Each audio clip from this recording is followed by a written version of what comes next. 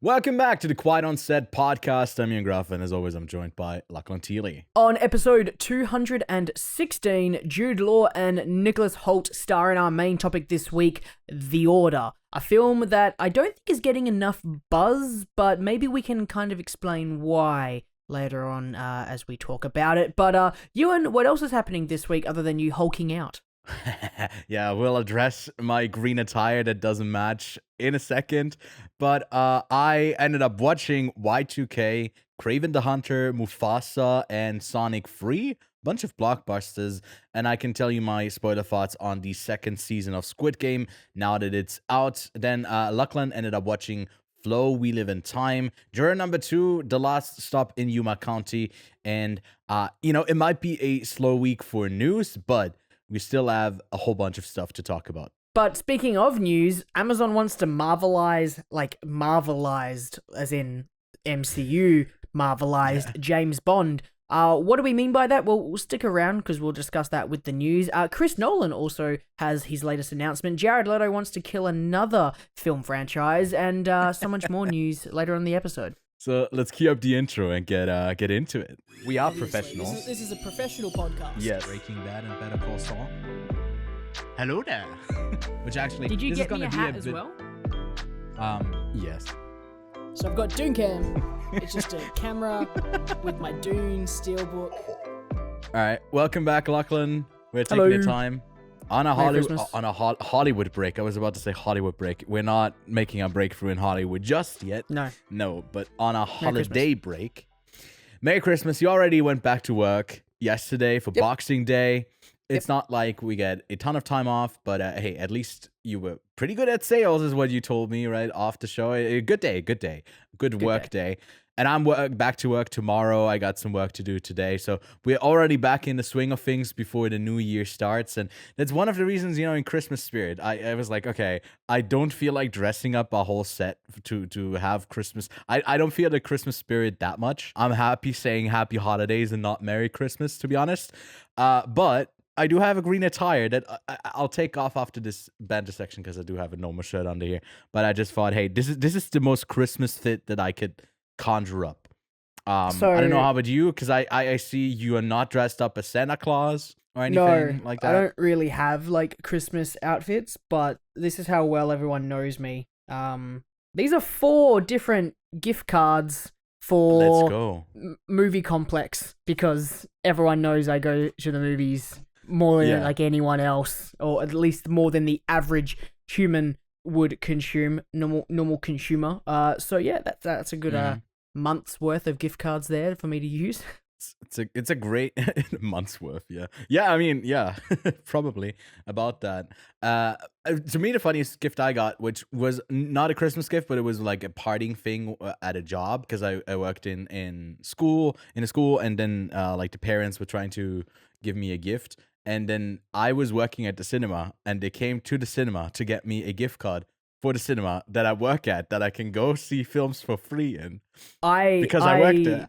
This is the funniest gift they could have gotten me. I have also been gifted a gift card for where I work at as well, and I think it's the funniest thing, because it's like, I don't get things for free, but I already get a discount, but you're giving me money to spend in there anyway. Yeah, it's cool. I'll take it. It's great.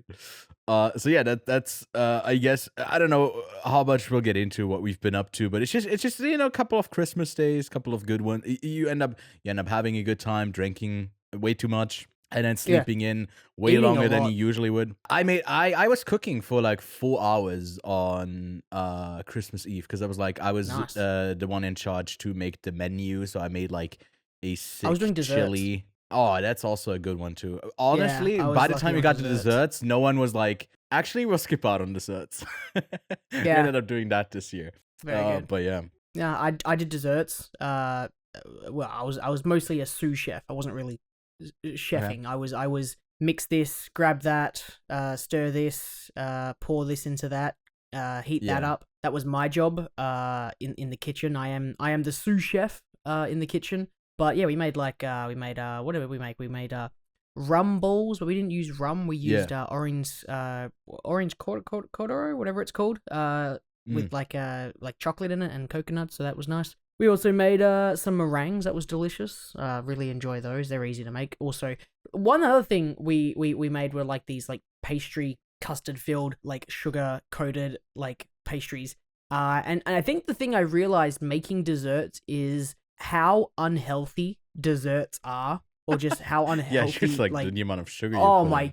I was making custard. Yeah. And it was like, here, have a half a cup of sugar and 2 cups of milk, and just heat that up. And I was like, okay, and then add a stick of butter. I was like, Jesus. And then I was making the meringues, which is just egg whites and sugar. So you're just sitting there, you're just like, here's egg whites, and then you're just loading it up with sugar and making it all like frothy. And I was just sitting there, I was just like, this is really bad for me. The amount of sugar that... And I remember watching, I don't know if you've ever seen it, the My Sugar film, or That Sugar Film, whatever it's called. Have you ever seen that doco?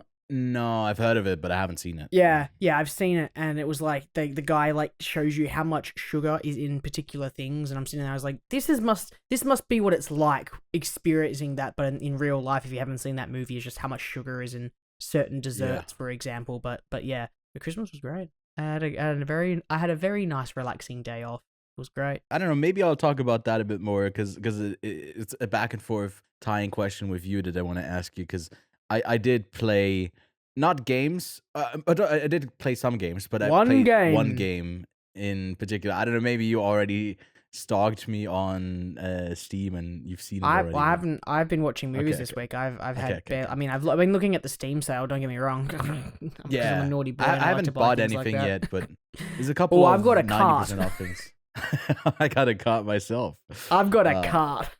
It's just do you make the push and actually go for it, or are you putting that card back into like the I probably other will. pile of I probably cards? will. I hope you guys, everyone listening, watching, had a good days off, even for those who might not be getting to spend it with family, or family time was stressful, or whatever your circumstance was. We'll keep on going here. We'll keep on chucking with the podcast episodes to, I guess, ease you over into the new year. And we're also working on end of the year lists. For me, I think I've kind of come to accept that hey, this is about the stuff that I've seen this year. There's a couple of big ones that I still want to hit. Like the biggest one that I think I still want to cover as part of this year is the new Wallace and Gromit film.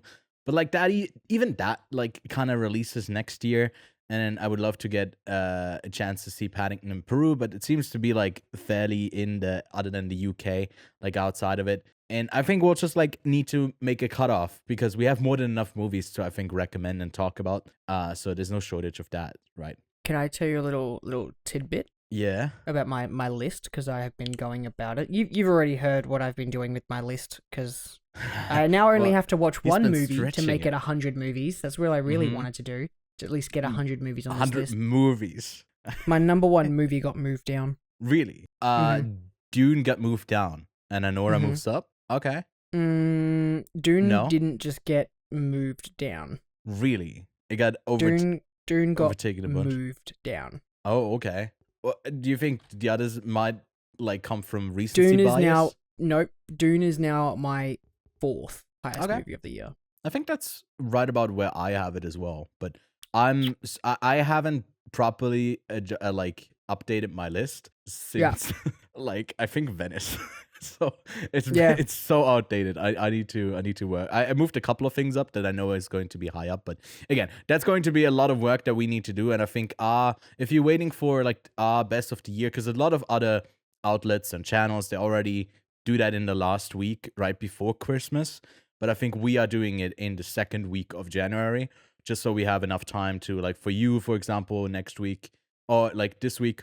Last day of the year, A Real Pain comes out on VOD. I think that's another one that you definitely have to catch. That could be high up on your list. We'll probably talk about that next week. Then we obviously got Nosferatu. There's a couple more that will squeeze in, but then we'll have all of those lists for our top 10, different genres. There's going to be a whole bunch of stuff coming. I think the best part about your list is that it's currently public, so I can keep looking at it. Oh, yeah, and then also that, like, a bunch of movies that I've rated really highly are, like, at spot 350 or something. Yeah, it doesn't I'm make any like, Jesus. Yeah, no, I however, put that off too much. What I will say is we currently only have 1, 2, 3, 4, 5 of the same movies in the top 10 that are the same.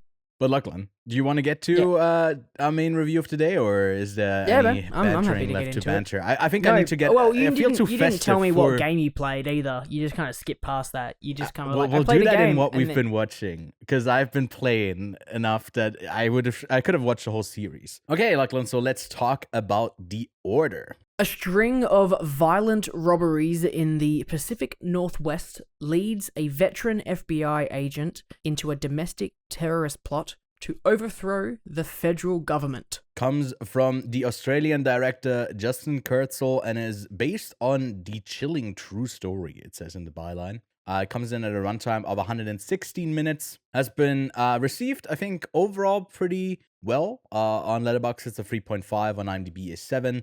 On Metacritic, a 75 on 35 reviews, and on Rotten Tomatoes, it's on 90% fresh with 123 reviews. So that's pretty good. That's pretty good. Overall, I think quite favorable. It premiered at the Biennale de Venice Film Festival early this year. That's where Kevin and I got to see it already, and there's already a review up, a non-spoiler review though, for the film, and we'll get into it a bit more now that it's out on VOD just recently though. So I think we'll give you another spoiler warning once we address like specific things that happen in the plot.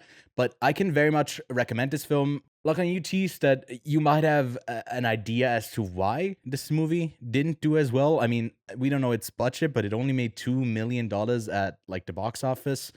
It barely got played internationally. I think it made like 100,000 internationally. Pretty much only got a domestic release in the States, but it's also distributed by Vertical Entertainment, obviously a bit of a smaller distributor. Yeah, what did you think of it, and why do you think maybe it didn't do as well as a movie that is this good should have or could have? I feel like it didn't have enough marketing, and I feel like it's too slow for most people. I think that for most, the pacing of this film is on the slower side, and I think that is a benefit to the film. I think it's a positive element to it. I think it keeps the intensity high. I think it keeps the engagement for at least me in a more active way. I just think that unfortunately the overall pacing and lack of marketing, and Nicholas Hoult is having a little moment right now with Nosferatu, with this, with what did I just recently watch him in? Juror Nr. 2.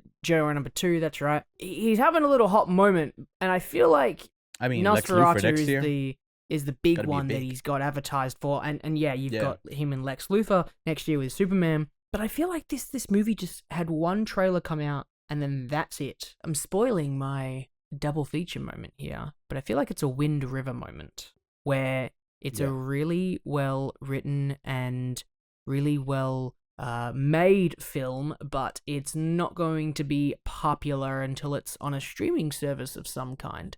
And I feel like a similar thing could have happened to something like Rebel Ridge, where Rebel Ridge was definitely a bit more poppy-offy because it went straight to Netflix. This is getting its not theatrical, but digital release now, and it didn't really have a sort of theatrical release at all. At least the window that it had, if it did have any at all, was teeny tiny. So for here in Australia, at least, it premiered at the Adelaide Film Festival. Hasn't come out theatrically. It hasn't come out in any place around me.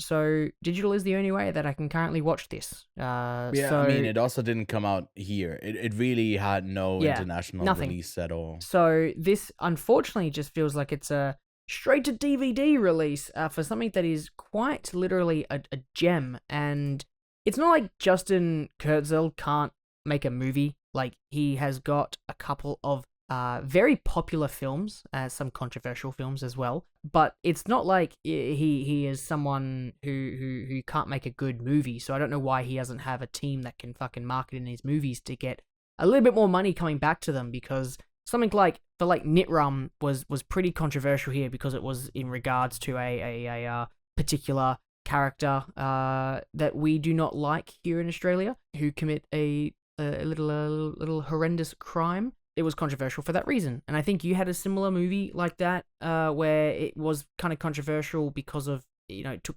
place or was a bit close to home, right? So recently? Oh, you mean recently. There was the two adaptations of the Norwegian. To me, it was close to home because it was the first time that I came in touch with these shootings is something that actually happens, and it was happening in Europe, and I was like on holiday, and I was like reading it in the paper, and I was like, what the fuck? And they made two adaptations of it. One of them I think is horrible. The other one's pretty good. But also there's like technical.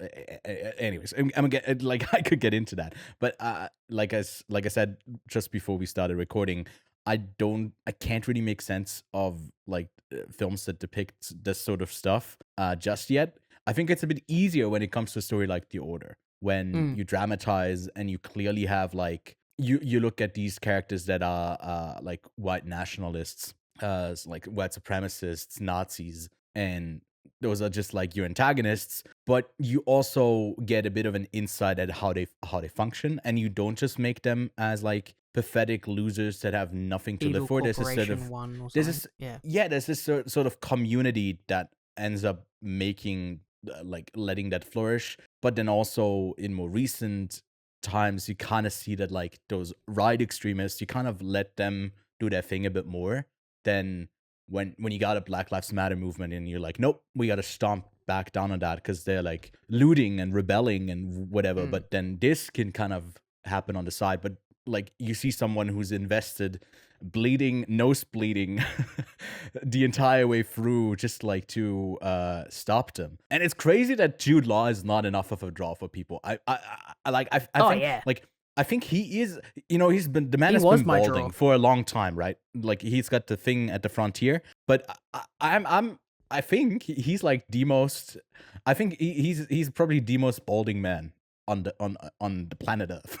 He's such a gorgeous human being. So it's also what pulls up, Star Wars Skeleton Crew quite a bit.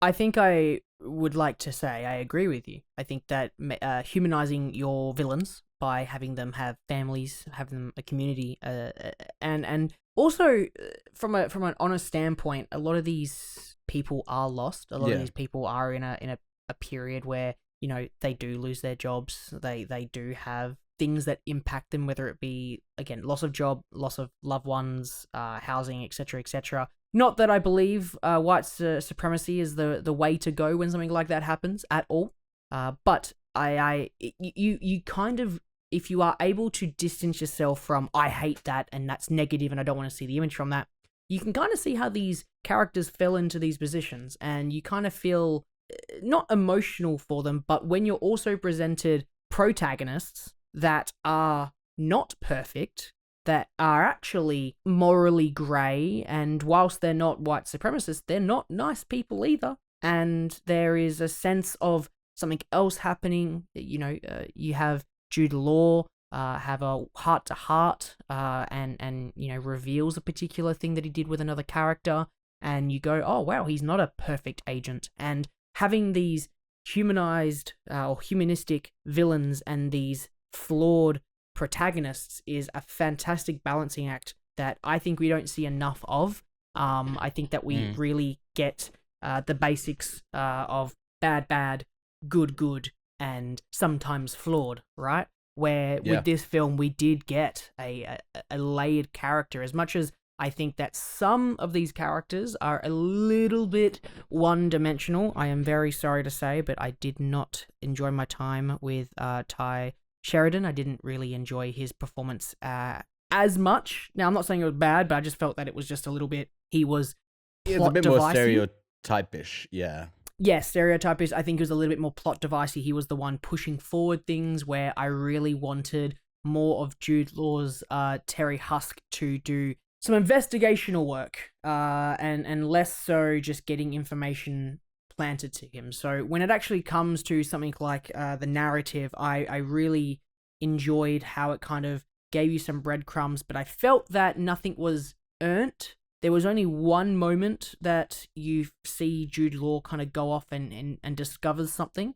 and that moment I was like, okay, cool, no worries, but you never really have like the whole putting the pieces together sort of situation. You kind of just have the whole story presented to you. And I guess that's the kind of part that I felt that was missing. I've spoken to this before. I've spoken to you about this before. I love FBI in the forest. Like, there's a scene where they have the bomber jacket on, blue bomber jacket with the yellow FBI logo. I was just like, 5 stars. That shot 5 stars. I just love the look and I love the feel of it. And even though, you know, I've always said I've liked the more occulty style stuff, so something like, I guess, True Detective season 1 style stuff, this I still absolutely adored. I just didn't feel like there was much investigating. You know what I'm saying? There was not much really to investigate. More just kind of waiting for them to fuck up so much that then we can just nap him and sack him.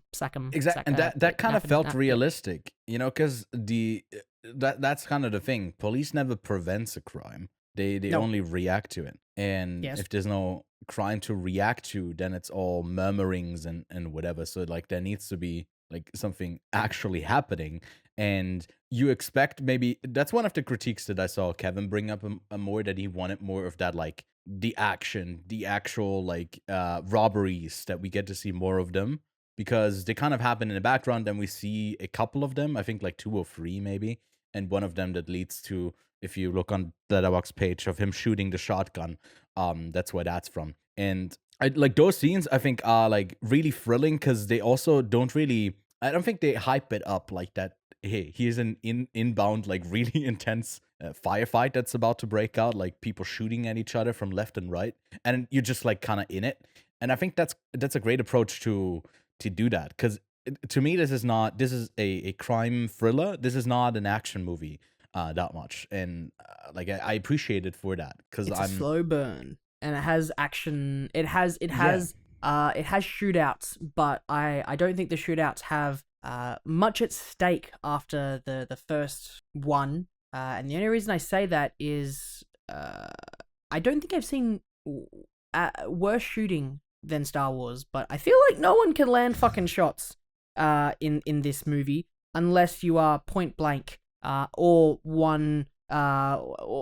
your Nicholas Hoult right at the end of the movie and has a fantastic aim from a decently far away shot. So I never felt the shootouts were tense, except for one of the robbery runs right towards the end. And if I'm honest, that was a bit disappointing, but I still felt like they had weight. And I think that comes from sound design. Yeah, what do you mean? Like, my God, the actual shooting sounds like there's an impact. Dude, yeah. They were gnarly, and I enjoyed that. You had weight to them, and I think that whatever it was with the audio, that just nailed it for me. And I mean, it did sound great in a cinema too. I can say that. It's a pity that not a ton of people will get to experience it that way. Dolby Atmos setup. You brought this up earlier with like it being on streaming. I think because it is based on something true, obviously this would do incredibly well on Netflix. It would be a #1 movie, right? True crime. Maybe even like 1 or 2 true weeks crime. in a row. That's true. Yeah. That's not fictionalized. True crime that's true on Netflix. They pop off. They'll gobbled it up. Eat that shit up. Yeah. So I don't know. I think you have people standing outside. Rent and buy it. Maybe we'll land on Bob Netflix Matthews' grave or whatever. No, like justice for Bob Matthews. Yeah, I truly think this movie would have been better released if it was a direct to streaming sort of film, and I feel like Netflix is a fantastic spot for this. Unfortunately, I just think this film got a lot of. Well, you said it didn't get the marketing, and the crazy thing about Netflix, because they have such almost feeling like monopoly, even on things that have already come out in theaters, did well there, and just continue to do well on Netflix. They don't need to do the promotional thing. They just have it on their main page. And that is usually enough for a new release. That is crazy. They play, a 10 to 30 second clip from the film. They just have to play the clip where Jude Law is like, "Give me back up," and he just runs and then shotguns, and then Hoult drives past but gets the other guy to lower the gun. That would catch anyone who's just scrolling to then go, "I want to watch this movie." And I think that if it was direct to streaming, this would have been a properly successful thing. Now, we don't know, because this film hasn't really had a major distribution yet. So we could probably see this film get majorly distributed maybe in the next, 3 months, and then it starts to get a little bit more of a name for itself. But I even think that on Letterboxd, this has only been watched, what? 20K times. 20K? Yeah. I mean, it only was out in theatrical limited release in the States, and I don't have that is like under like 1,000. Probably was only in a couple hundred theaters, and there it didn't do like bad because it still made 2 million. It's just not. It never got the wide release. It came out like in the first week of December, and I feel like that was kind of right when Gladiator Wicked was out, and there was just no place for it. Anyway, enough about what could have been with a Netflix release. I think that what we can agree to is the sound is absolutely stellar. Do we need to get into spoilers now for sort of story specifics? I think we can kind of. I don't know. I don't know if we need to talk about them specifically. I think it builds well. It has, to me, a like appropriate ending to all of this, and I think tonally it stays consistent. I love the intensity that comes through in Jude Law. The cinematography is fantastic. That's another thing. It's really like I feel like simple. It's easy structurally and technically, and on a performative level. I think it's very, very solid. But it might not be the action thriller that you expect it to be. If you see a guy with a shotgun out with Jude Law, it could be a bit more of a blockbuster feeling movie. It's also not a character study. I don't think it gets that deep because it has like I think Journey Smollett's character who is mainly interacting with Jude Law and then a bit more with Nicholas Hoult's character. She's also not like the most well-rounded person. I think Jude Law is also a like almost like a stereotype of a type of person, but you get a bit more nuance with him. I think the most interesting character in this film is Nicholas Hoult and how terrifyingly charismatic he is, and how how innocent he comes off, like how non-threatening in a lot of moments when he's not interacting with his group, and that to me was like the standout. And I like the plot lines with like the wives in the background. Just a solid film overall, you know. That's kind of the baseline here. Have you seen the movies that Zach Baylin, the writer, has written? Don't look at it right now. I want to get your general reaction to this. Okay, ready? So he's got 3 movies from 2024, and he's got 2 movies from 2023 and 1 2021 movie. Okay. So let's go in should I go release order? You want me to do release order for you? I think that would be the best way of doing it. Release order. So he's the writer of the order for context, I think. Okay. If that wasn't clear. Okay. Well, how about I go backwards then? Because the order is his latest one. I'm going to go from the most recent one all the way to his 2021. Okay, ready? So the order. Okay? The order. And this is all of his, this is on Letterboxd in the writer category. Films written by Zach Baylin. The Order. The Crow. Bob Marley's One Love. The Gran Turismo movie. Creed 3. And King Richard. That is an interesting That's a spread. That's a spread. I'm not surprised by the cinematography. It's the same cinematographer as pretty much all of Justin's movies. It's the same guy who did The King on Netflix, which I thought was fantastic visually.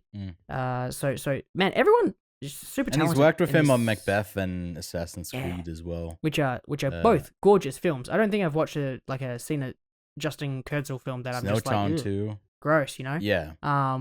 So yeah, I think Magazine technically I Dreams agree. as This is well. all gorgeous. Sorry, I got sidetracked. No, you're okay. I also like to get sidetracked. I'm gonna sneeze. Let's go. There we go, baby. Yeah, dude. I technically this film is up there. I just think it's. I don't want to say the narrative is kind of boring. I just don't like how it's everything's favorite film fed. of the year. No. Thing.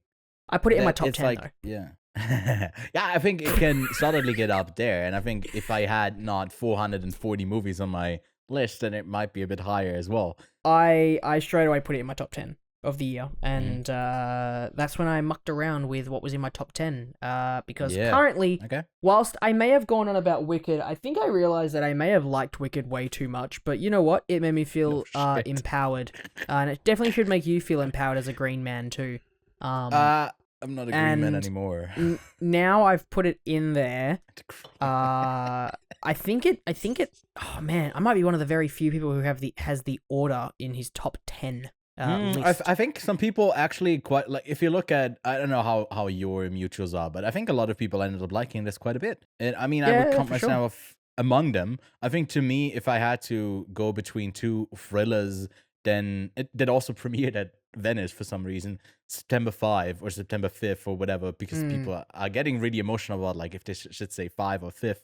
Is the better thriller between the two because it's so like high octane. There's always tension, and this one is a bit more of a more methodical, slower build. That, like you said, I think there's no big aha moment where we realize something or point stuff is connected, because we throughout the whole runtime get to see both perspectives.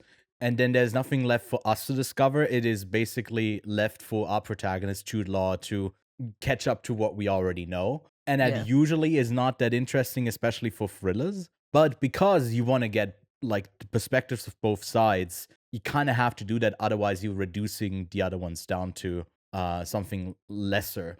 And that's what they didn't do here, and I kind of appreciate it for it. And I mean, September 5 is definitely taking the different approach of like also through media, but that's also been kind of doused in controversy, the way that it's depicting that. Maybe we'll get to talk about September 5 at some point as well. I don't think it's out on VOD just yet, but we'll probably talk about it then. Being it in your top 10, like I don't know if you're ready to share your rating yet, but I assume it's gotta be up there. It's gotta be like a 4 or 4.5 out of 5 then. It's definitely a.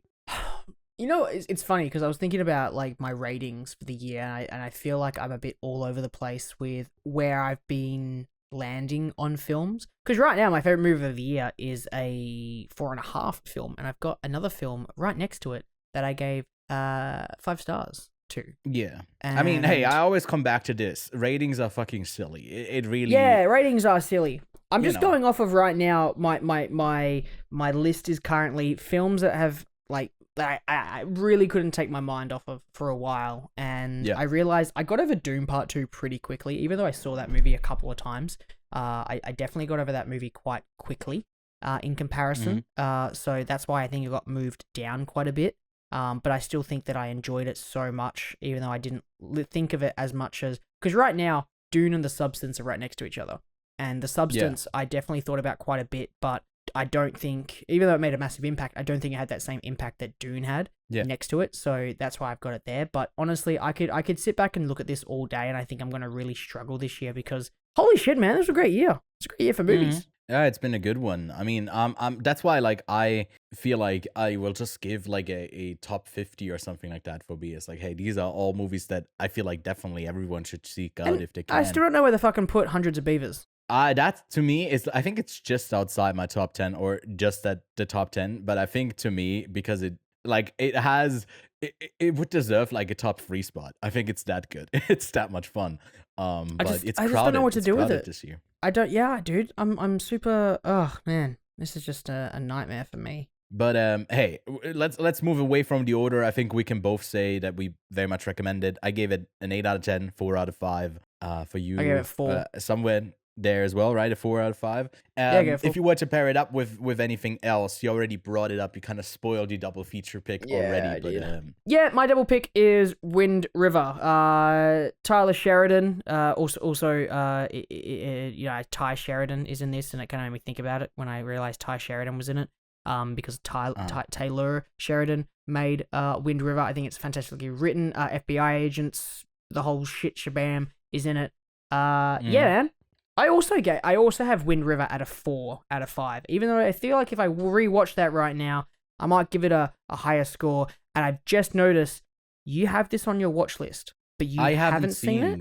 Wind River, no. Oh, that's a big one. I'm missing. Yeah. Buddy boy. So it might be my actual double feature. The thing is, at the end of the year, I'm like, okay, when do I get back to watching all the stuff when I have to catch up? And I think I'm finally at a point where, like, I'm letting go of, like, no, these 2024 movies, goodbye.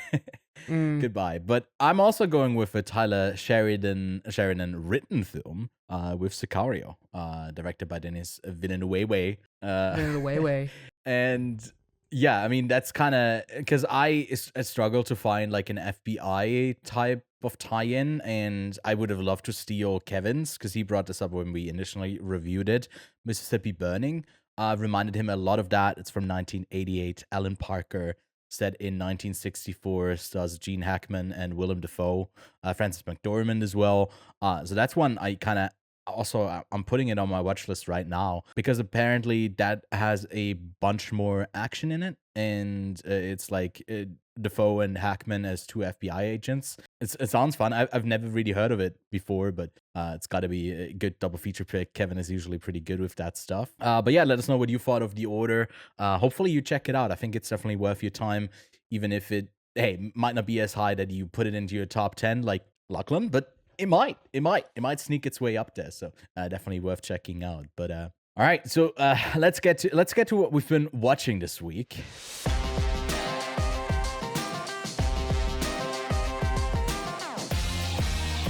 Lachlan, first up, I do want to discuss something that you just finished right before we started recording today.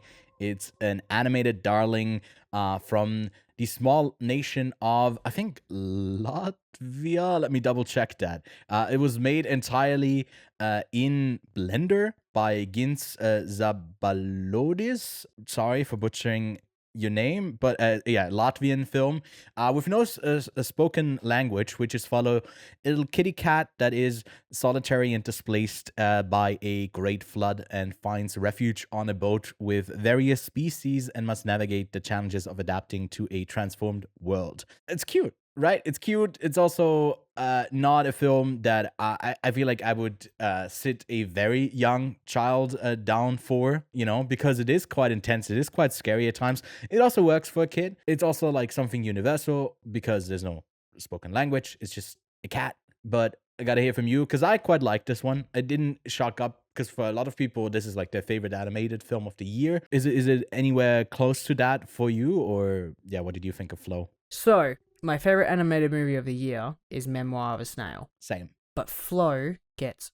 really damn close. And I think that even though I don't necessarily enjoy the animation style, the look of it, I actually think it I just didn't like the look of it, and that's just a personal preference. If I was to make this movie, I just wouldn't have done that, but it's their choice, and their choice is their choice, and that's cool. I still thought this movie was fucking stunning. I think it gets a little too smart for its own good with some of its sort of oneers, and there are a lot of sort of longer one takes, and that is okay, but I still think this movie was just so good for not saying anything.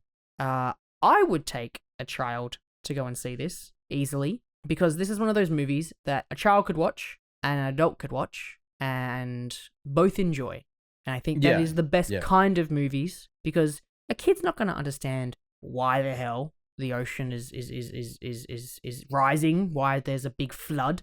It just happens. It's just in the movie. They're going to be fascinated by the relationship that's built between all of the animals. And an adult is going to sit there and go, well, that makes no sense. But then fall in love with how characterized each of these animals are. Like there's a cat. Okay, there's a cat. The cat is very cat-like. There's a golden retriever, which is very golden retriever-like, right? A meerkat, little smartass. Like all of the animals are sort of the way that they would have been if a child had to think about it. Like, I could definitely see a golden retriever just being hyperactive, over-stimulating the cat, and the cat just wanting to back off, especially like a black cat, right? Like the traditional, like, evil cat or whatever. And I love this movie because it doesn't do anything in terms of dialogue, because there is no dialogue, but you truly understand every emotion that every single one of these animals goes through. And that is fantastic storytelling. But the only thing that I love more than that is the ruins of a civilization. Oh, man. Once I saw that, like at the house, I was like, okay, sure, it's an abandoned house. But seeing those cities covered with water, I saw someone, I couldn't put my finger on it, but someone pointed out in a Letterboxd review that it's very like Breath of the Wildy, and I was like, yeah, it is Breath of the Wildy, where it's like there was a civilization there. It's clearly gone now. What happened to it? It's a great question, but it's not going to be answered. But there's a lot of world storytelling, and that is my favorite type of storytelling. So I definitely could see this being a video game, and I could definitely see this being like an idea for that. This just being one big old cutscene, which I totally thought this was at one point. Just, this is just cutscenes, just all stitched together like you can watch on YouTube. But no, this is a fantastic narrative, a fantastic story, and you know what? It is one of the best animated movies of the year. And if this was to beat Memoir of a Snail, yeah, sure, I'd be happy with that, because I actually think it's absolutely incredible, absolutely impressive, and the little details matter. And this movie has the little details. Yeah, just getting the characteristics of that, like the cat behavior right, which I assume can't be easy, because like if you look at the director, I think this was like a solo project. He animated all of it, which is crazy. Editor, cinematography, he's got all the credits, and he had a writer for it, produced it too, of course.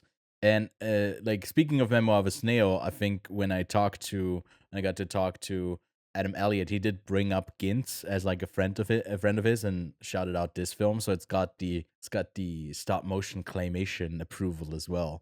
And like to me, these two, like I'd say a bit more smaller films. Obviously, Adam Elliott has proven himself. He's got a budget to do his stuff, and this is even smaller. And then compare that to maybe the other contenders for like the best animated film of the year, with like Inside Out 2, and you got The Wild Robot as well in there, and maybe another one from Aardman. Not another one from Aardman, but one from Aardman.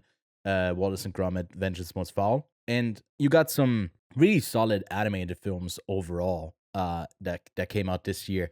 And to me, I recently someone asked me about like what were the biggest films in Switzerland, and I think 6 out of the top 10 highest grosses of this year were all animated films. It's crazy how well they do. So you hope that like, you know, these movies that make a ton of money are also, not that Flow was one of them, it definitely wasn't, but you hope that they carry that sort of message, that the adults are not dreading sitting in the theaters with their kids, and the kids are having a good time, but also not just being entertained by silly little yellow Tic Tacs going banana. Do you know, so I've had this conversation with a couple of different people, because I had an animated movie as my favorite movie of last year, and people were like, how could you be a film buff with having a Boy and the Heron as your favorite movie, right? It's an animated movie. It's not the same as, you know, Oppenheimer.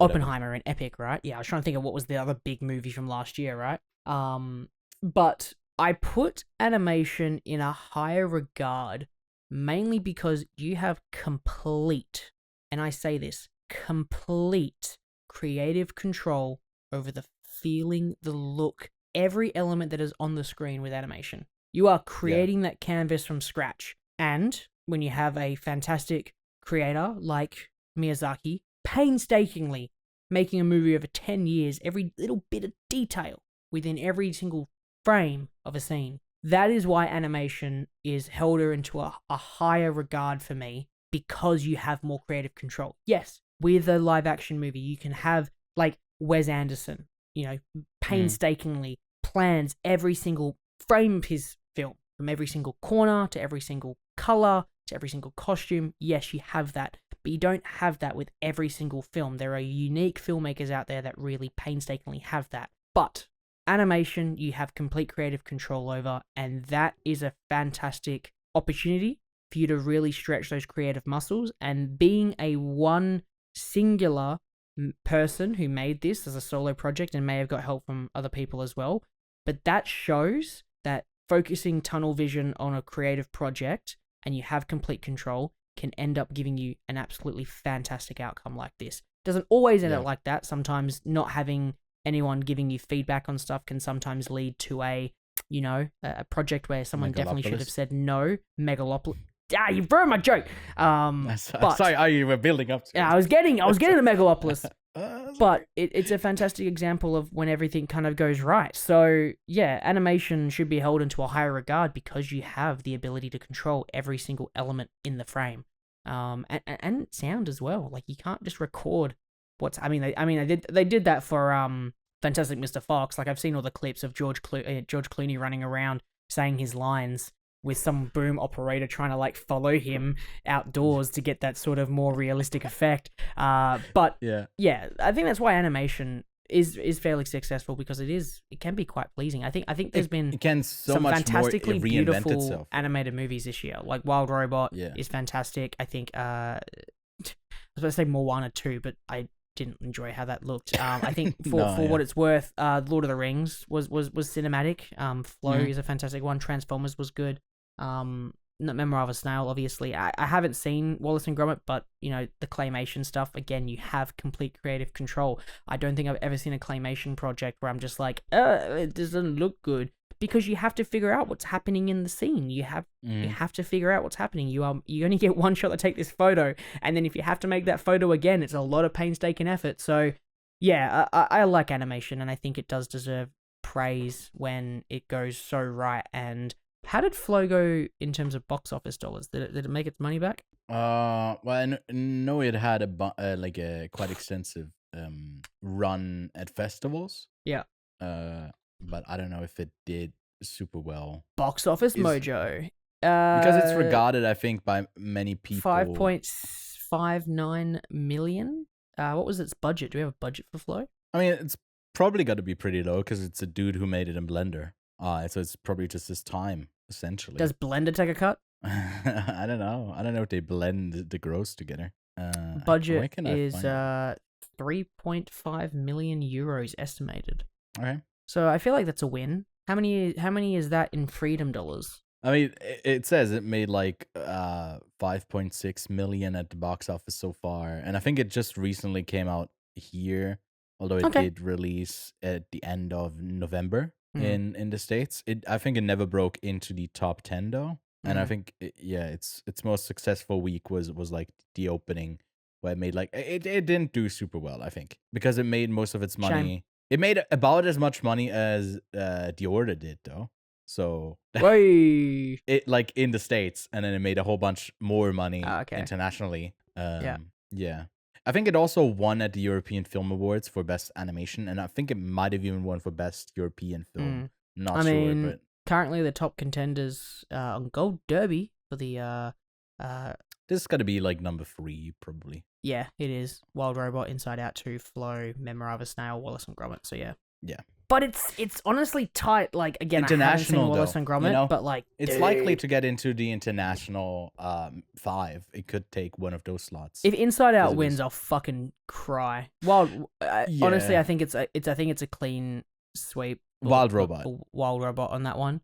I think everyone's like universally like that's it. I know. I think I would have Flow right up there with the Wild Robot. Memoir obviously clears, and then Inside Out 2 was also, I think, quite good, and also it catered to me because it was hockey, and I was like, well, I can't, I gotta like that. I'm sorry. I like the hockey. Yeah, but your rating on Flow?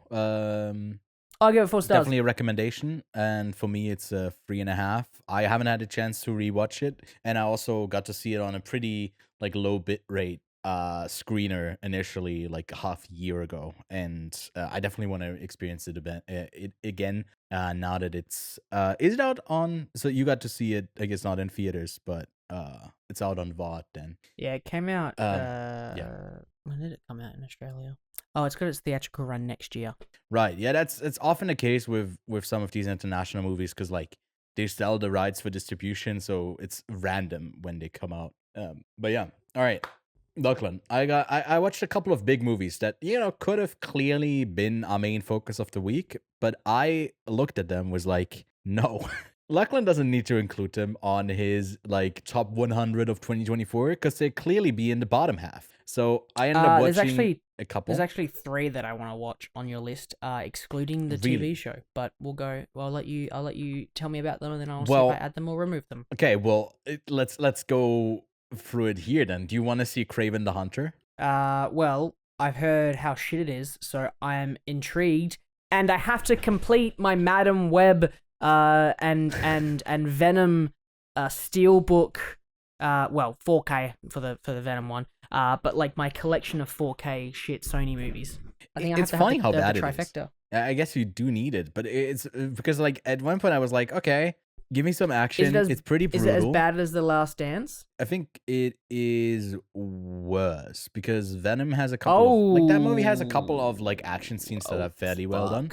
It got some fun needle drops. This movie is a mess from beginning to end. That is like, it feels like I don't know, like someone copied the copy of a copy and you're getting that. And it's like, I don't know. You know, you photocopy something and you do it again and again. And at some point you just barely can see like what's written on there. Like this is what this movie feels like as the, I guess, cookie cutter thing of what a superhero movie can be like, or an anti-hero movie. And then it's also like R-rated. So it's pretty bloody.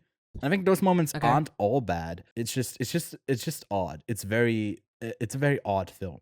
At one point, he just jumps out of a window, and it's like like 50 or 100 meters, and it's just like, okay, he has these powers. It's just like I don't know what phases him and what doesn't. It's very inconsistent. So it's worse than The Last Dance. I think it's worse than Madam Web as well. Madam Web. I think it's worse.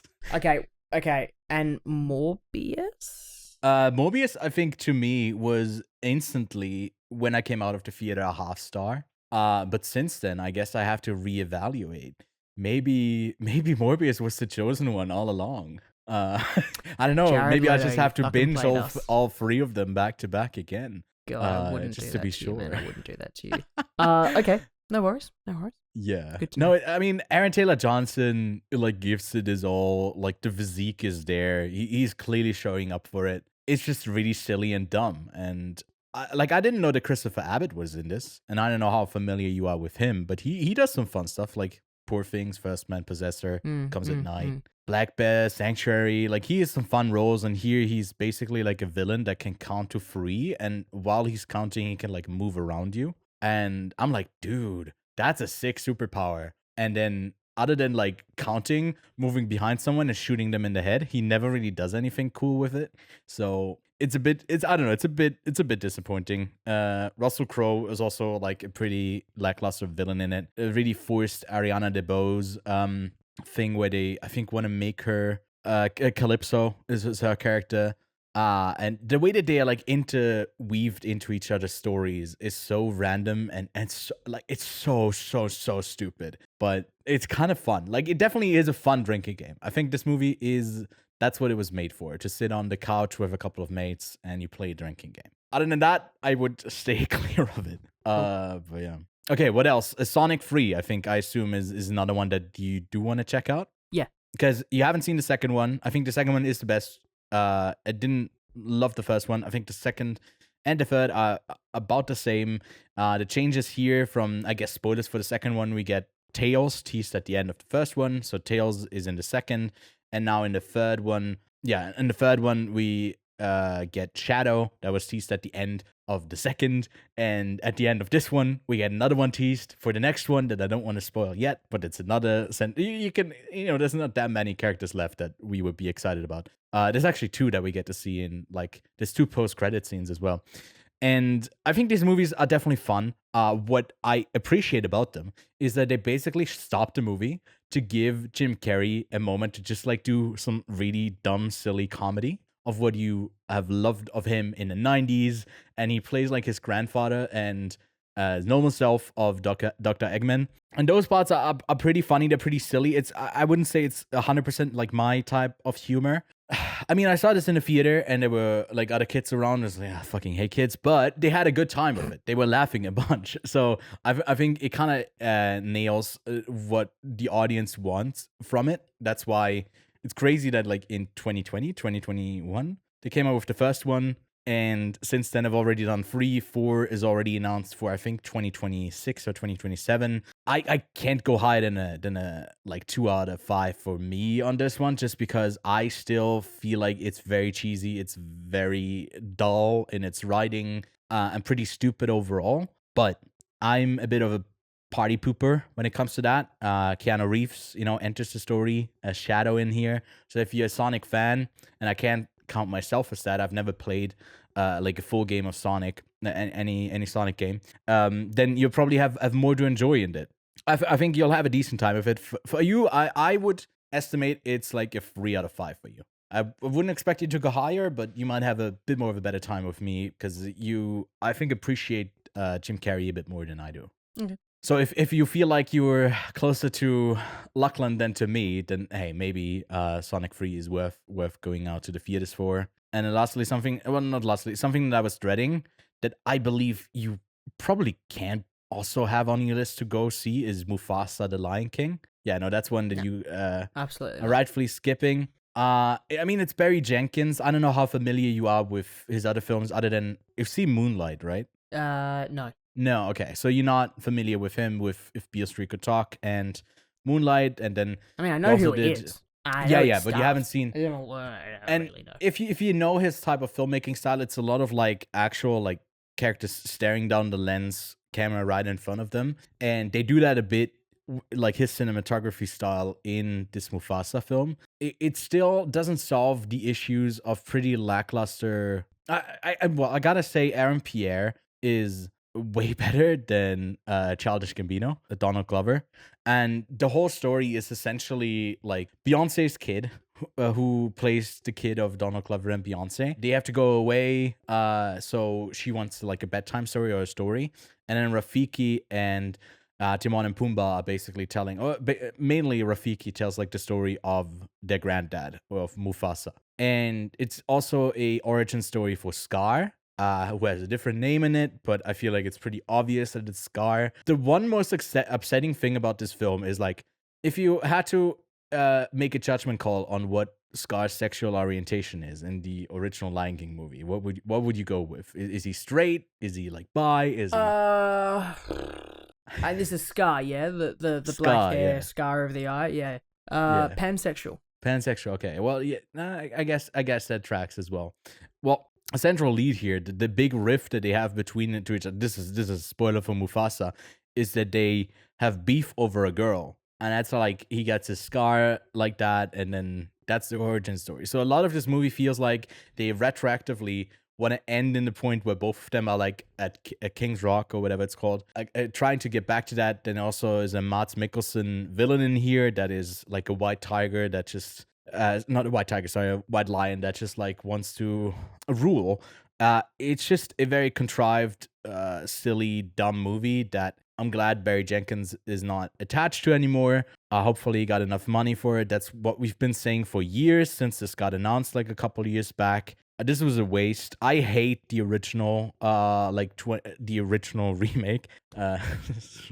Correct way of phrasing that. We also have a review for that out where Connor and I are just like ranting about it for like 25 minutes. But this one is also a 2 out of 10. Like, please, for the love of God, stay clear of it.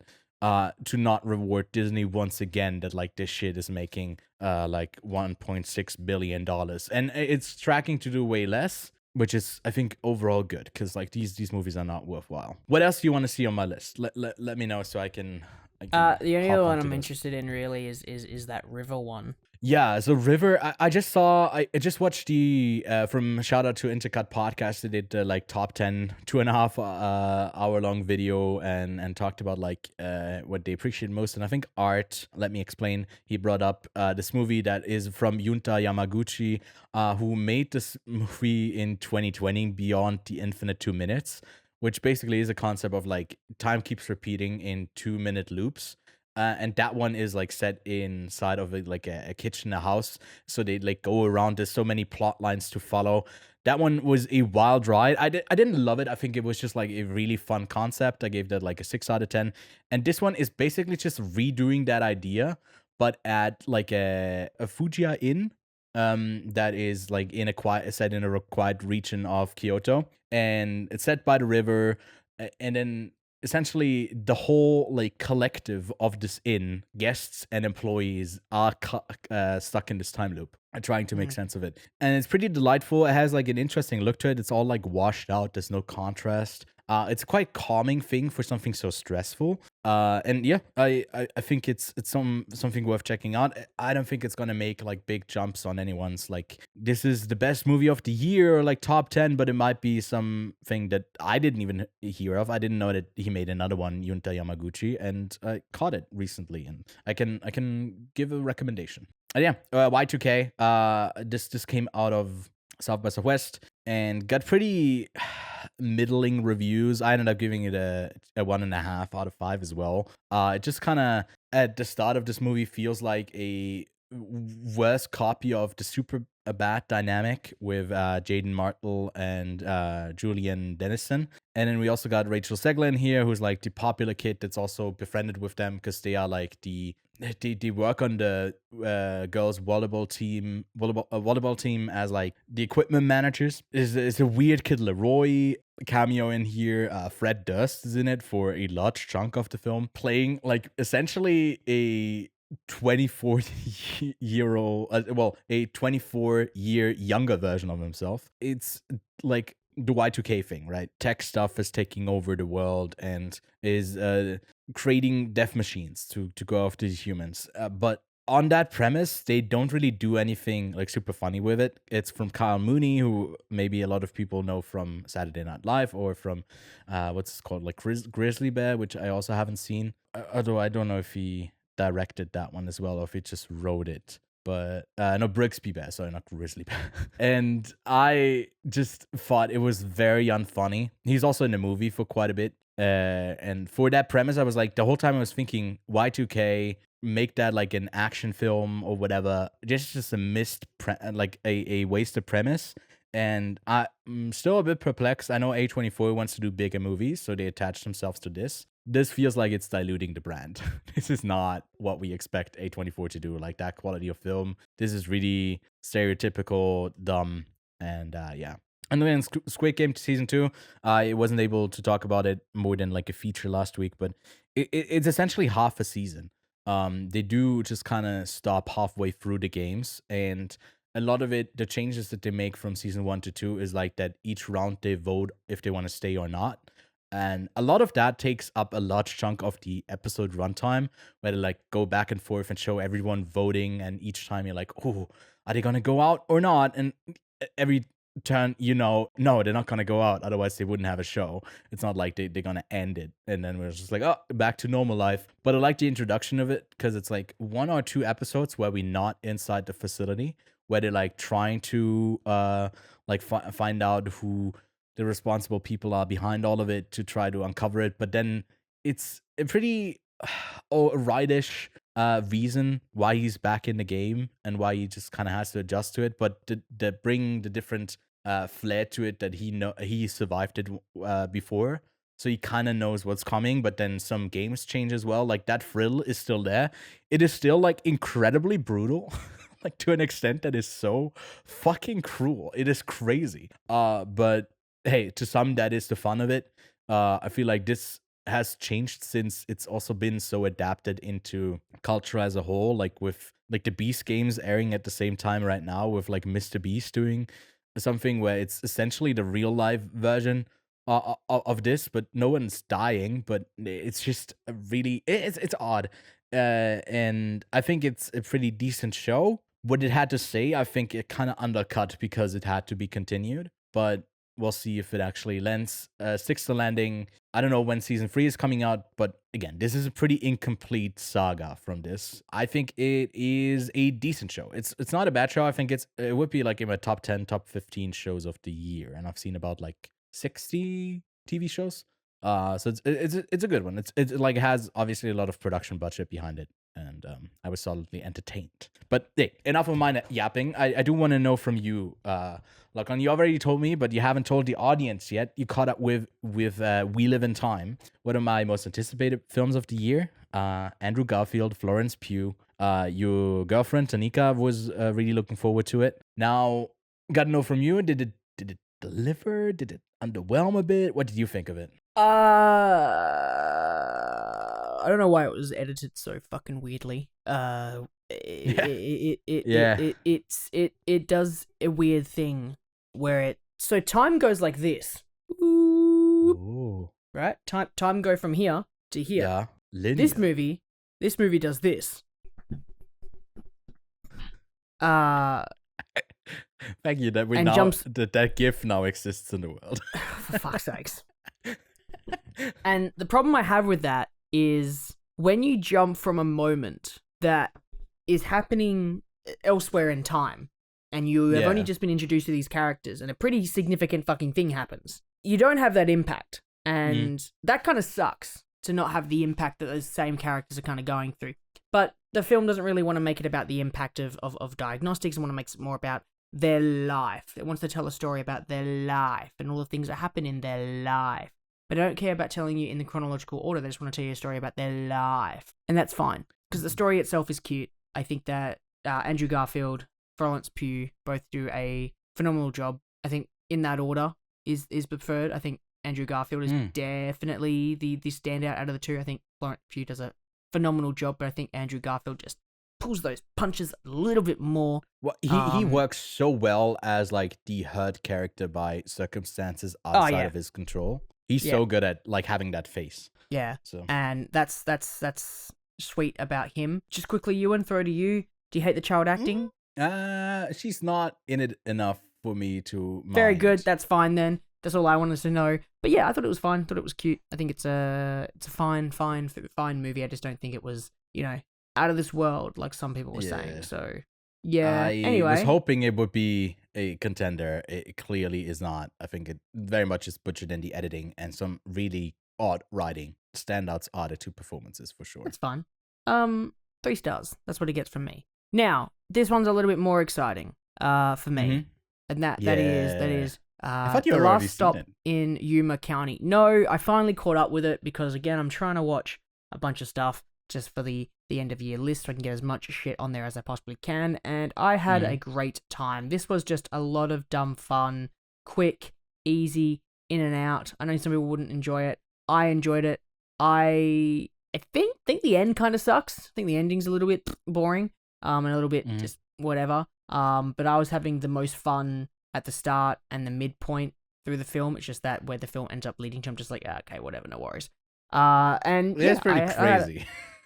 It's a pretty wild story. Yeah, it's hard to. I don't know if you could sum it up to give you the context, and then where it ends up is like it's pretty odd. But I like the swings that it takes. It's so not what you would expect. One of the rare writer-director-editor combos, Francis Galuppi, which literally talked recently about the sort of director-editor combo last episode, I believe it was, which I think is a fantastic little discussion about, creative control. And I guess we kind of talked about that earlier with flow and animation, but I really enjoyed the sort of, I guess the sort of the whodunit without the whodunit aspects. Everyone kind of stuck in a room and there's like tension building, and I really enjoyed those elements to it, with the sort of bomb under the table sort of analogy you could kind of go for as well, with a sort of Hitchcockian reference there for you film nerds. But yeah, no, I thought it was fun. I had fun with it. That one gets a nice 3.5 stars. Then, even more exciting than that one, Ewan, is more excitement? Clint Eastwood's latest flick, which is Juror Nr. 2, his last one. I know that you and Kevin really propped this one up for me, and I was super excited to watch it. I know that you guys both enjoyed it for its very good drama, and I do agree. I think Nicholas Hoult does a fantastic job. I think that for me, the ending was probably one of the best parts for me. I think that where the film ends up landing in the end was more than where I wanted it to go. J.K. Simmons is a nice little sneaky standout for me. I think that he's not in it. It's not like he's not in it that much, but when he's in it, I'm just like, oh god, I love J.K. Simmons. He distracts me from what else is happening on there. But honestly, if this was Eastwood's last film, I have to say, going out with a bang. Yes, that is well done. And I know that maybe me not liking his last flick, Cry Macho. What was it? Cry Macho. Maybe I've just got to go back and give it another try, because I gave that thing 1.5 stars. So maybe I've got to really give that one. You're happy to jump on. Yeah, you are happy to jump on because Kev is a huge Clint Eastwood fan. Mega fan. And we do have scheduled out for 2025 basically like a retrospective that we might do throughout the year, not like weekly, but Man, we'll you're really go over prompting his his films. death, eh? You're really prompting his death. Oh god, Jesus, that's dark. I really hope Clint not. Eastwood retrospective. We had this prepared for when he died. Jesus Christ. Did I say retrospective? I meant retrospective because it's like older films. It's not. Man's it's only not new 94. ones. It's only in the ripe age of 94. No. It's essentially because we do want to do it while he's still around. Because I feel like once you jump onto, hey, here's someone who died, let's cover all of their movies, is sometimes a bit like, I don't know, ill-intentioned. Because like, hey, people are talking about him, this person right now, and we are appreciating them after they're gone. And it's like, no, let's try to do that while they're still around. And I would love to so hang in there, Clint Eastwood, and hopefully make maybe another film and give a big fuck you to Warner Brothers. I'm looking forward to it because he has such a vast filmography, directing and acting wise, having like 50 years of directing to go back to. And with the one that I recently watched, like Madison County, that was like incredible. It's regarded as one of like the best 3 that he's done, and I haven't seen the other 2, but the man can direct, and I think he's also a pretty good actor. I wouldn't stand by his like personal political beliefs, but we can keep them outside of the movies, or we're a movie podcast. Like have them paralleled adjacent to. We're a movie podcast. Okay, I'm not getting political again, like I did in the last couple of weeks. I'm sorry, but. Like I enjoy his films as well. And Juror Nr. 2, I think you have it higher rated than me. I gave it a 3.5 out of 5. But I still had it 4 stars. Yeah, it was pretty good, right? I mean, if you want to compare it to something like 12 Angry Men, it's nowhere even close to that, obviously. But it has like a different approach of like a guilty member on a jury and how he goes about that. I just wanted a bit more of like that part of it when it is then. Like it takes a faster approach when it comes to that. And I think for a movie that is basically like a courtroom drama, it actually flows pretty well. You would expect it to be like slower, but flows really well, just like Flow.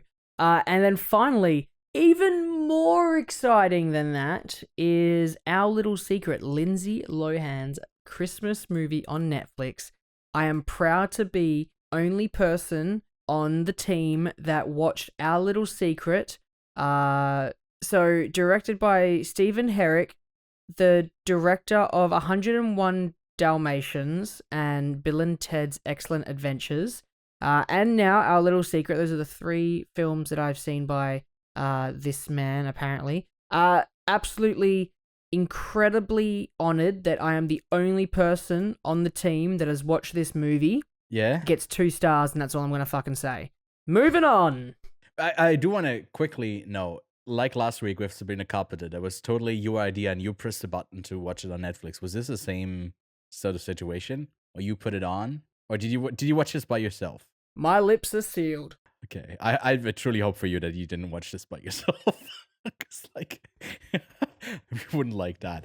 Oh, yeah. Something that I forgot to, before we jump into news, I do have some news. I did play some games, and, if you look at my Steam library, it's filled to the brim, but I never play games. Of games you've never played. But I did restart a playthrough of Terraria, now that, like, both my little brother and I have time off. And I was like, it's calling me back. And I think well, no, I want you to guess, like, how. So it is Terraria that you've played. Jesus. I know. I've wanted to do like something, I don't know, like some new like single player games, but I didn't really feel like it, and wanted to do something with my brother while we still like have time off from work right now. Oh, you've only we ended up played playing this. Like, what is it? 14 hours? Yeah. So that's the last 2 days. So we've played, I think, 5.5, and then what's that? 5 and then 9 hours yesterday. So yeah, I don't know if we'll keep playing because he's got work tonight, I got work tomorrow, so but we already, like, I think Terraria is my favorite game of all time. I really like that game, although I've never truly beaten like the updated version of it because I played it like back in 2012, 2014. God, I'm old. We might do the thing, like the whole thing together and finish it up. But it's about like a 30-hour playthrough probably if it's like all of it. But we already in hard mode for those Terrarians out there. We already in hard mode and we are struggling to survive now that we've entered hard mode and killed the wall of flesh. Yeah, that's the nerd corner done with games because like movies are so much cooler. So let's talk about, I guess, the headlines from the news this week. Like we said at the start, there's not that much news to talk about. Usually it's quite slow and there's not that many like new trailers premiering at the end of the year because we already know what's supposed to be out, what's coming next year. But we still have a couple of things to talk about. So, Lachlan, let's get over to quick news with some headlines, movie news headlines that aren't curated by Kevin this week. So if there's something missing, if it's bad, I'm to blame because I did them this week, okay? Then the first thing, Christopher Nolan's next film is an adaptation of The Odyssey.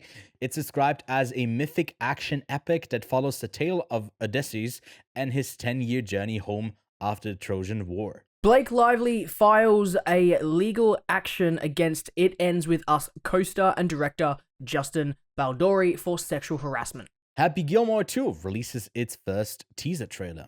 The next James Bond film has stalled in development.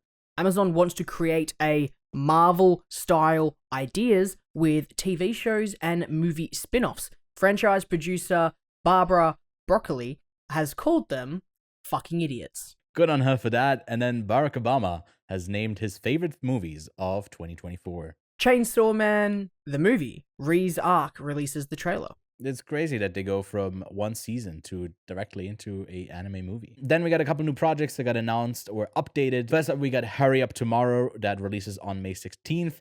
It stars The Weeknd, Jenna Ortega, Barry Keoghan, and is directed by Waves and It Comes at Night director Trey Edward Schultz. A new The Mummy movie is in the works. Lee Cronin of The Evil Dead Rise is set to direct and release date is currently set for April 17th, 2026. The new Anaconda movie starring Paul Rudd and Jack Black will release on December 25, 2025 in theaters.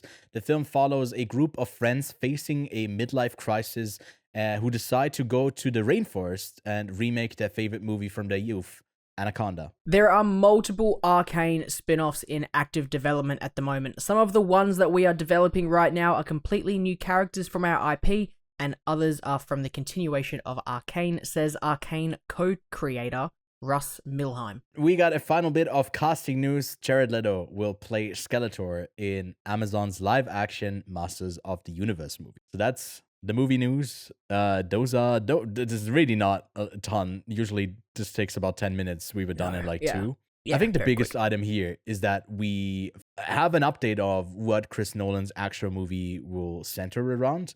I did not expect it to be The Odyssey. Because like there were a bunch of reports that has something to do with like sci-fi and time or whatever. Like, there were so many things floating around. I don't know if that still plays. Maybe it still plays into this. I don't know if it's like clearly as like a clear cut, hey, this is the story of Odysseus. And if you look at the cast as well, you're just wondering who plays who in this, because we have like Matt Damon, we got Tom Holland, we got Zendaya, but we also have Robert Pattinson in here. Like, okay, that's another lead. We got Charlize Theron, Lupita Nyong'o, and Hathaway. So I don't know how they all fit into this, because like they could play all like pretty big characters, and I don't know who's going to be more like solely supporting. But do you think the story of Odysseus, I don't know, or the Odyssey, are you familiar with like that tale? Because I know in some like mythical stuff you're like really into it. So yeah, I am, and I'm actually very keen for Nolan to take a spin at it. As an idea, there is The Return with Ralph Fiennes that I'm yet to see. Out, I'm still quite I think keen today to see. Today, that's a coincidence.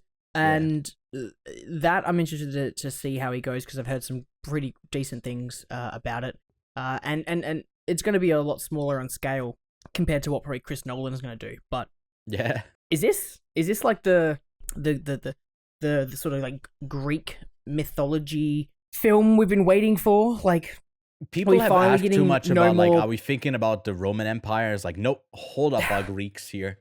What you got more? I'm just for so you in sick of store? like Percy Jackson films that Chris Nolan was like, "Here, hold my beer. I'm gonna make one." Look, I'm keen. I very much am, and I think that the reason I'm keen is how it was described.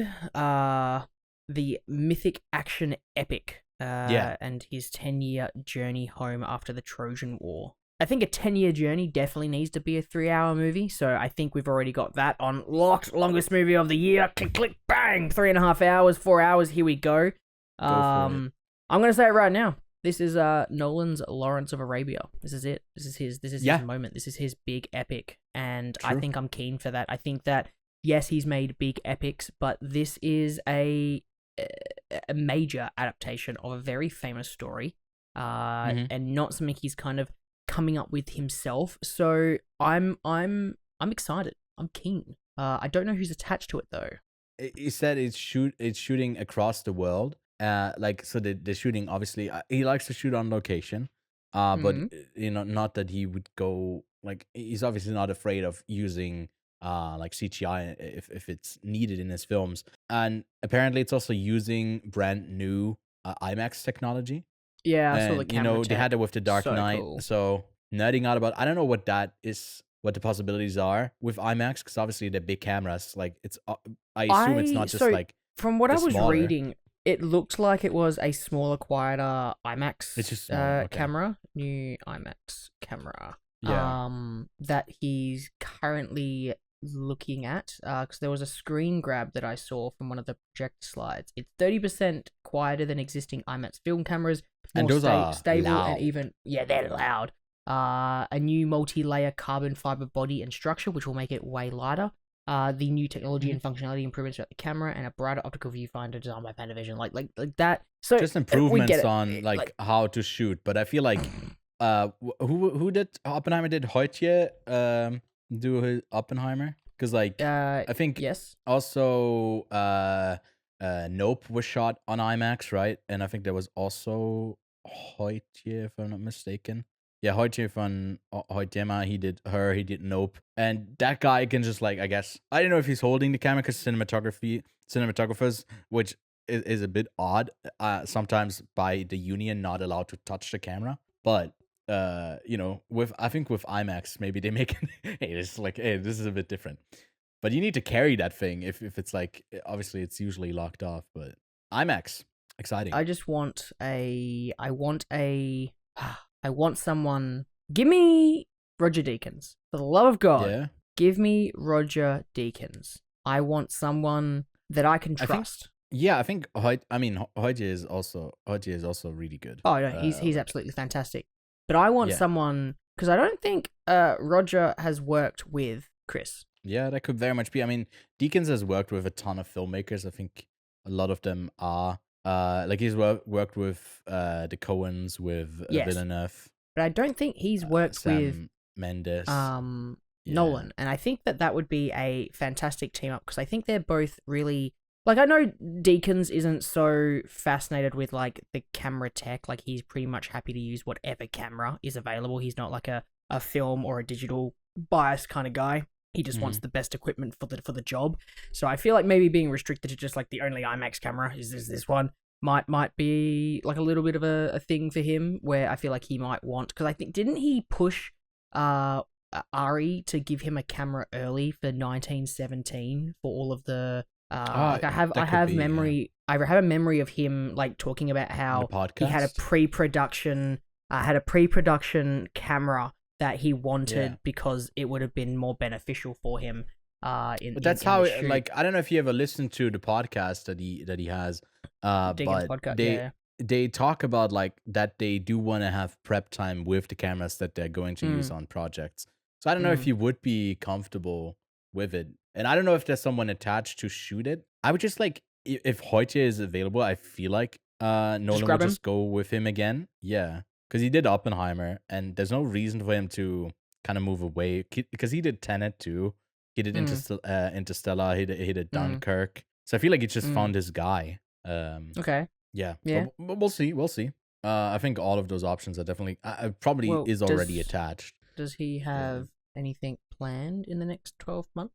Hoult Tye, I don't know how updated like the cinematographer like IMDb pages are for that type of stuff. But we can check. Upcoming. Yeah, he's got nothing listed in there, It's so not who listed knows? in there. Yeah. He could just be figuring out the IMAX camera for a bit. Although he already shot on IMAX for Oppenheimer and Nope. So Yeah, I feel like the last thing he he's did just the was guy to go Oppenheimer. to. Yeah. The last big one he did was Oppenheimer. Holy shit. I mean, the guy can just like, select his projects Chill. now, and that He can is just chill, like, he's man. earned it. He definitely has Yeah. earned it. But do you think he'd ever shoot a James Bond movie? Do you think he would ever shoot Or the TV spin-off prequel that they're likely going to do? A Joss Whedon James Bond movie? Like, give me that. Never, please, for the love of God. Yeah. I am not keen for that. Not keen for Amazon this James just Bond wants thing. to spread it, and with yeah, this sounds wrong, but like with Lord of the Rings, they only had very limited access to the IP. With buying MGM, they have full. No, wait, MGM is not James Bond. Never mind. Or is it? Wait, who has the rights to James Bond? I think they definitely got the rights to it, and I think they can do pretty much what they want with it. I don't know if it's with MGM. Anyways, not a good thing to have Amazon here. Hello, let's make this a whole universe, because I think the choices that they made at the end of No Time to Die, with like potential other successes that were maybe already floating around, that were not bad. I think they were pretty decent, and I think we can go into a new direction with this. If you're diluting what James Bond is and just like, hey, we have like 50 movies of this, let's make a couple of TV shows and whatever, and it's just like farting them out. The way that they've low-key done a bit with The Boys, but they've held on to it, I think, well enough that like Gen V, the spin-off, the main show being alright still, and the animated one, Diabolical, being decent as well. There's just like nothing established with James Bond being such a theatrical experience that like if you reduce it down to TV shows, and I think we've gone past I guess maybe Amazon is not past it with like investing 100 million into a TV show. That like, I don't know if this is the great, like, because James Bond draws. I think in the year that it came out in 2020, it was like, I think one of the biggest films ever to play in Switzerland, just because everyone, even during like COVID times, wanted to go see No Time to Die. So that's crazy. Like, it obviously has a pull still. So if you make a bunch of TV shows that like people are not gonna, it's on Amazon Prime, okay, didn't know that. I think that's not the right approach to go with this franchise. But what do you think? I think I agree. Man is not with reading whatever right you now. said, because I wasn't listening to you. Yeah, but no, just with I know. the I know he statement was that reading. they're fucking idiots. Because Right. unfortunately, it is a lot more complicated on who actually owns the James Bond character rights for all of the things.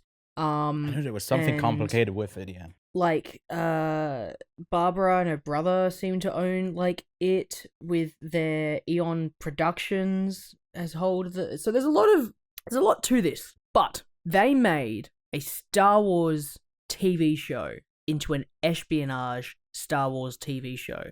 Mm-hmm. So let's get a sci-fi James Bond spin-off.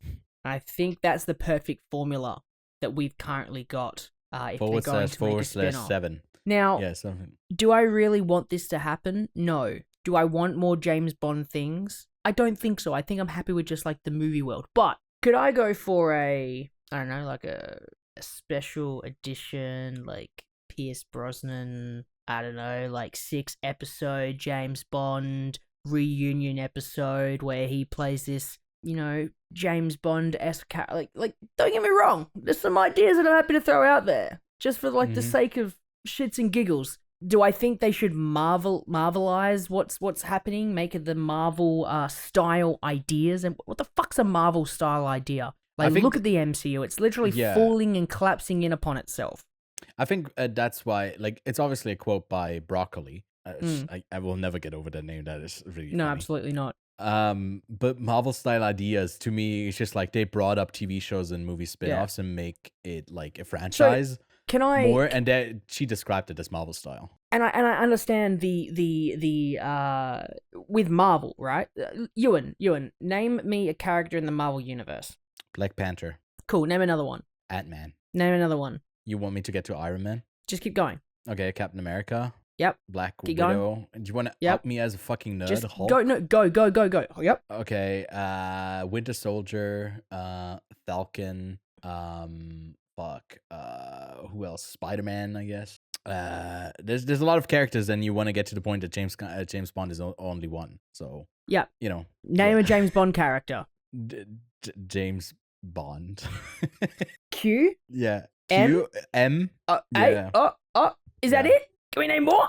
I mean, the ones that stay that are in there, then aren't like you have the repeats of like the Dr. Evil type inspirations. I honestly I've only seen the Daniel Craig Bonds, so like this is a blind spot for me that I haven't but like seen that we many, don't have that sort of universe current there. Characters. Yeah. Villains die. James Bond is dead. Like we can't just have Daniel Craig come back and he's not gonna come back. He's already playing a new detective with a better accent than his James Bond and having way more fun with Knives Out. So no, you can't make a Marvel style James Bond, but you can make a sci-fi James Bond. Call me Amazon. Got some ideas. We'll have to wait and see. To me, this just says that they don't want to greenlight a movie, and they want to I don't know, test the waters with maybe some other stuff, which I don't know if that's the way to go about it. But it's going to be filled with controversy. Whoever they announce next is the next Bond. So yeah, nah. I don't know. I don't envy Everyone's them over for it now. the job they have to do. Culture war is so. Anyways, not a political podcast. Let's talk about Mummy. Because you're a fan of the Mummy movies, or at least the first two, the original, for sure. Yep. Yeah. So Lee Cronin, I think Evil Dead Rise was great. This already has a release date, so it's in full swing. Who do you think we'll see in the Mummy movie? Do you think like someone like Brendan Fraser? The Mummy. Silly guy. Look at this guy. Yeah, you fucking idiot. Come on, man. You ask me that question. Do you think Brendan Fraser will be back? No. I think that it is probably another attempt at a maybe not a cinematic universe, but possibly the Inklings. Now, all I want to say is stop fucking remaking The Mummy and start with something else. Like it took us go. Lee Cronin made Evil Dead Rise. If you look at the other Evil Dead movies, there's no connection to it other than the thematical core of it. Okay. So great pick. Okay. Yeah. Okay. Just saying. Okay. So am I saying? Do I have anything with Lee Cronin? Do I have any issues with that? No. But Ewan, how many years has it been since an Evil Dead movie? 2 years, I think. 2 years since an Evil Dead movie? I think Evil Dead Rise came out in 2022, yeah. Okay, cool, sweet. That was his one, right? Okay. What was the one before last that? year even. Lee Cronin's? No, just the last like Evil Dead movie. Oh, that one was before Evil Dead Rise. 2016? Well, there was a TV show that was on. No, fuck off with we're a movie podcast. Get the fuck out of here with your TV. I think the last one was just Evil Dead. Army of Darkness the last 2013. Evil Dead 2013. Oh no, the Evil Dead remake, from Romulus director Fede Alvarez. Fede Alvarez. Yeah, okay, cool, sweet. So it was 10 years. 10 years, right? 10 years. Yeah. Okay. Okay. I need another one. Okay. 2015, Ewan, right? Vampire movies. Okay. When was the last Nosferatu movie? Well, not the one from 1922. There's other movies that have taken the Nosferatu film with Werner Herzog. I think the latest one post Werner Herzog was like in the late 90s. Yep. Okay. So it's been like 20 years, 30 years. Okay. Cool. Sweet. When was the last Mummy movie? Was it like 20? I never watched them. So was it 2015 the first one, and then they did a sequel Tom Cruise to that one? Did they do a sequel to that one? No, I forget. That flopped. And then before that was the Brendan Fraser ones, with the last one being the Dragon Warrior or something like that. We've had multiple Mummy movies, but we haven't had, where's my next? I mean, we've got a Frankenstein movie coming up, but where's my other Monster Universe stuff, right? Like where is all of the other remakes? And I feel like they just really want to do this Mummy one, and I'm just like, stop touching the Mummy. Like Brendan Fraser, those ones. Don't touch are my fantastic. mummy. Don't touch my mummy. I don't know. This is my point is just like we it's like every other year. It's just like they're trying to make another Mummy movie, and it's just, can we stop? Yeah. Can we just put that to rest for a little bit? Let it simmer. Let people realize, we really want that Brendan Fraser one back. I just don't think Brendan Fraser will be back. I just think that it'll be its own thing. I'm happy with that, but I'm not like over the moon. I'm sure it's gonna be great. I just like, I'm not over the moon by it. The Mummy issues will never go because it's gonna be more. It's gonna be more serious and scary, and it's not gonna be.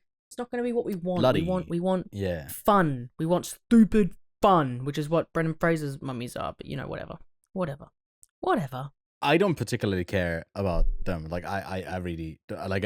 Again, I didn't watch the Tom Cruise one, but if it's a good one, podcast. Why would it be political? It's not political. Oh, you mean like because we're talking about Obama's movies? No. Yeah. Okay, so last thing I want to talk about is Obama's movies. Not because they're political. And he was a president. What I think is interesting is that he comes up with them publicly. I don't know if any most leaders do this, but I think it's just a nice kind of touching point for like culture to be like, hey, I don't know if he actually watches them. I feel like yes, he probably watches them. It doesn't make sense, but I just wanted to talk about like his selection because I think he's got some pretty good movies on here. Like the list goes: All We Imagine Is Light, Conclave, The Piano Lesson, The Promised Land, The Seed of the Sacred Fig, Dune Part 2, Anora, Didi, Sugarcane, and a Complete Unknown. And I have not seen Sugarcane yet, but all of the other ones I can vouch for. I think The Piano Lesson was decent, great performances, but all of these other ones, dude, these are really great picks. Yeah. So I think they're fantastic picks. I also just I just Googled, just for shits and giggles, since we're not a political podcast, what Donald Trump's 5 favorite movies. Oh, did you talk about them? Well, he didn't, but there is a post on moviemaker.com that Donald Trump once spoke about before he entered politics. Some of his favorite movies. Home Alone 2. Citizen Kane, The Good and the Bad, the Ugly, Goodfellas, The Godfather, and Gone with the Wind. That man has never seen a movie. That man has never seen a movie. That one's crazy. Now, for whatever reason, this article also has Kamala Harris's favorite movie, which apparently is My Cousin Vinny, and also a pick of Black Panther. And then Joe Biden's favorite movie is Chariots of Fire, which I think is yeah, I mean, shout out to not a political podcast. Carsten Runquist. He did a video this year where he went over and watched every president's favorite movie. It's actually a pretty fun video that he made out of it, and the overlap that was there. There's no political statements to these films. I just find it interesting that he picked some pretty great films that I even have up there, like Didi. Having it on his list here, great. I'm only hearing about Sugarcane now. No, never mind. It's on my watch list. It probably was on your watch list because it's one of the contenders for the documentary shortlist, and it's up there to be like one of the best. I just haven't gotten around to it. But yeah, I think that's it for the news. Anything else do you wanna discuss? Nah. No? Long day? Anyways, let's get back to celebrating holidays. This is the last episode of the year. It comes out before the end of the year. But if you're listening to... This is the last episode of the year. Oh my god. Yeah, it is. Yeah. Holy And again, like we said, we didn't already do our best off. We're taking a couple more days to finish those lists, and then the videos will come out throughout January. Because...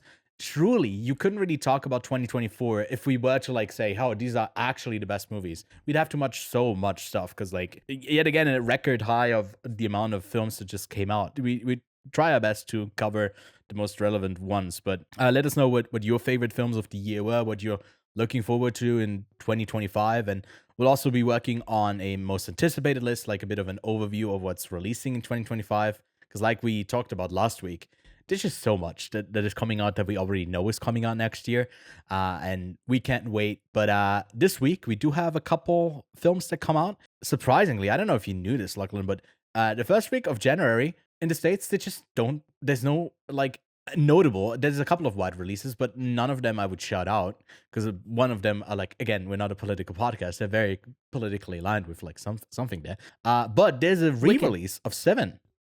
Well, yeah, no, that one also comes out. We'll get to that. That comes out on VOD before the end of the year on December 31st.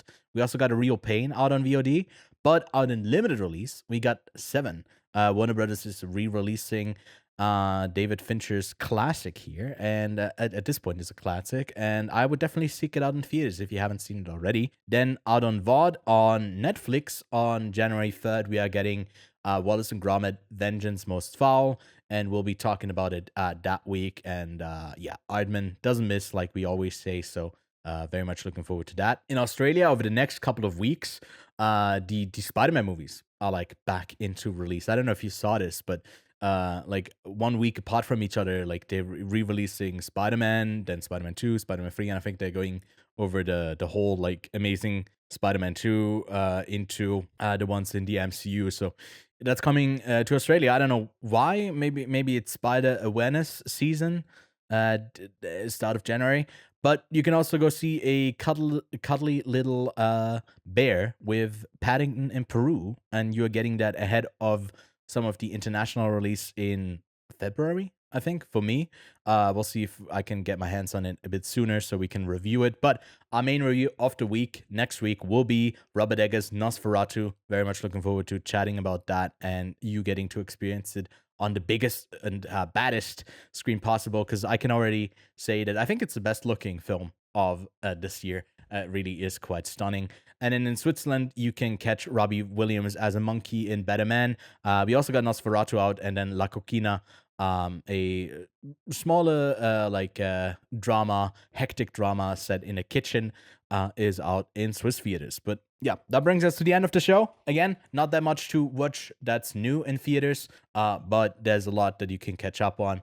And we'll make sure to bring our like top 10 lists in all of the genres and whatever to you sooner than later. But in the meantime, have a good start into the new year, I'll say. And if you're already in 2025, how is it? Tell us. We don't know yet. We haven't been there yet. But yeah, we'll see you. We'll see you next year. Happy New Year.